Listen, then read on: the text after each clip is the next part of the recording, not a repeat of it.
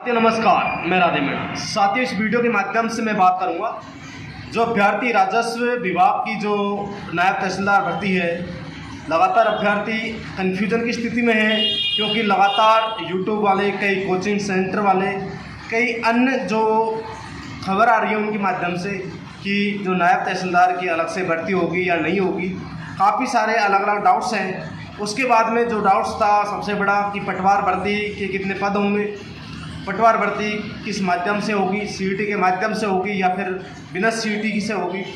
तो साथियों, राजस्व विभाग के इन दोनों बड़े सवालों को लेकर मैंने राजस्व विभाग अजमेर में बात की। साथियों, उनसे तमाम इन बिंदुओं पर मेरी काफ़ी देर तक बात हुई। साथियों, उनके अधिकारियों ने बताया कि जो नायब तहसीलदार की जो भर्ती है उसको लेकर जो स्टूडेंट असमंजस की स्थिति में है उसको लेकर उन्होंने कहा कि स्थिति क्लियर हो चुकी है। नायब तहसीलदार की भर्ती को हम आरटीएस के माध्यम से भरेंगे, यानी कि जो पुरानी आरएस की भर्ती होती थी उसी तरह से नायब तहसीलदार की भर्ती है। नायब तहसीलदार का जो पद है उनको भरा जाएगा। लगातार अभ्यर्थी और कई यूट्यूब चैनल, कई कोचिंग वाले बोल रहे थे कि नायब तहसीलदार की जो नई भर्ती आएगी वो सीधी भर्ती खुद स्पेशल नायब तहसीलदार की राजस्व विभाग के माध्यम से आएगी। तो साथियों, ऐसा कुछ भी नहीं है। नायब तहसीलदार की कोई भर्ती अलग से नहीं आएगी। वो भर्ती आरएस के माध्यम से जो पहले चलती आ रही है उसी माध्यम से होगी। और दूसरी बड़ी बात यह है, जो अभ्यर्थी इंतज़ार कर रहे हैं पटवार भर्ती में रिक्त पद कितने हैं और कितने पदों पर भर्ती का नोटिफिकेशन जारी होगा। साथियों, पहले लगभग 2700 रिक्त पदों पर भर्ती का जो अर्थना थी वो राजस्थान कर्मचारी चयन बोर्ड को राजस्व विभाग ने भेज रखी थी। साथियों, उसके बाद में पदों का पुनर्गठन हुआ है और पदों का पुनर्गठन होने के बाद पदों की स्थिति क्लियर हुई है। और स्पष्ट रूप से आपको मैं कहना चाहता हूँ कि 963 पदों पर आपके रिक्त पद बचे हुए हैं पटवार के। इन पदों पर भर्ती का आयोजन होगा। काफ़ी सारे स्टूडेंट बोल रहे थे कि 2700 के आसपास रिक्त पद हैं, उनकी अर्थना राजस्थान कर्मचारी चयन बोर्ड पहले पहुंच चुकी है और 1900 पद और जुड़ेंगे। साथियों, ऐसा कुछ भी नहीं है। केवल और केवल वर्तमान में जो राजस्व विभाग में जो 1963 पद रिक्त हैं पटवार के, उन पदों पर ही भर्ती का नोटिफिकेशन जारी होगा और वो सीटी के माध्यम से करवाई जाएगी। यानी कि साथियों, आपके जो रिक्त पद पहले ज़्यादा थे अब कम हो गए। पद कम कैसे हुए? साथियों, नीचे के पद कम करके ऊपर के पद, जो पटवार से ऊपर जो प्रमोशन होते हैं वो पद बढ़ा दिए गए हैं और नीचे के पदों की संख्या कम करके उनकी जगह पर ऊपर के पदों को बढ़ा दिया गया है।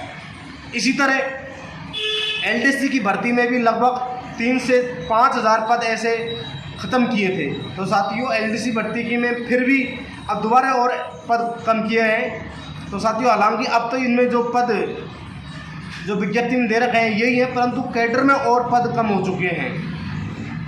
साथियों, आपको जो 2 महत्वपूर्ण जानकारी थी, चाहे वो पटवार भर्ती की हो, चाहे वो अभ्यर्थी नायब तहसीलदार की भर्ती का इंतजार कर रहे थे, असमंजस की स्थिति में थे, उन दोनों का जो डाउट्स था मैंने स्पष्ट रूप से क्लियर कर दिया है। यदि आपका कोई डाउट है, कोई भी कोचिंग वाला, कोई भी यूट्यूब वाला, कोई कुछ भी कहे, स्थिति क्लियर है कि आरटीएस के माध्यम से, यानी कि जो प्रशासनिक सेवा की जो भर्ती होती है आरएस भर्ती, उसके माध्यम से जो नायब तहसीलदार का पद है जो पिछली भर्ती में हुआ उसी तरह इन पदों को भरा जाएगा, ना कि अलग से भर्ती निकालकर। और इसी तरह जो पटवार भर्ती के अभ्यर्थी इंतज़ार कर रहे थे उन अभ्यर्थियों को कहना चाहूँगा कि आपकी जो सीटी के माध्यम से परीक्षा का आयोजन करवाएगा। रिक्त पदों की संख्या भी कम हो चुकी है, कंपटीशन बहुत भयंकर जाएगा और 200 प्लस कट ऑफ रहेगी। सीटी अगली जो सीटी लगेगी सितंबर अक्टूबर में, उसके माध्यम से पटवार भर्ती का आयोजन करवाया जा रहा है और कट ऑफ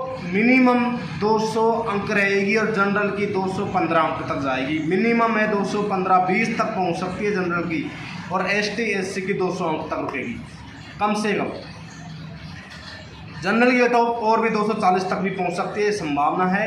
और साथियों, पटवार भर्ती का कंपटीशन बहुत ज़बरदस्त होने जा रहा है। वो मात्र 15 गुणे का जो कंपटीशन है वो ज़्यादा टफ होगा उसकी बजाय। तो साथियों, आपको जो भी इन्फॉर्मेशन हमारी अच्छी लगी है तो इस वीडियो को आगे भेज दें और सभी युवा साथियों को स्थिति क्लियर करवा दें कि नायब तहसीलदार की भर्ती है अलग से नहीं आएगी। यूट्यूब वाले हो चाहे कोई कोचिंग वाले हो, फालतू का माहौल बना रहे हैं, बैच बना रहे हैं, पैसा कमा रहे हैं और कुछ नहीं है। बहुत बहुत धन्यवाद, शुक्रिया, थैंक यू, जय हिंद, जय भारत।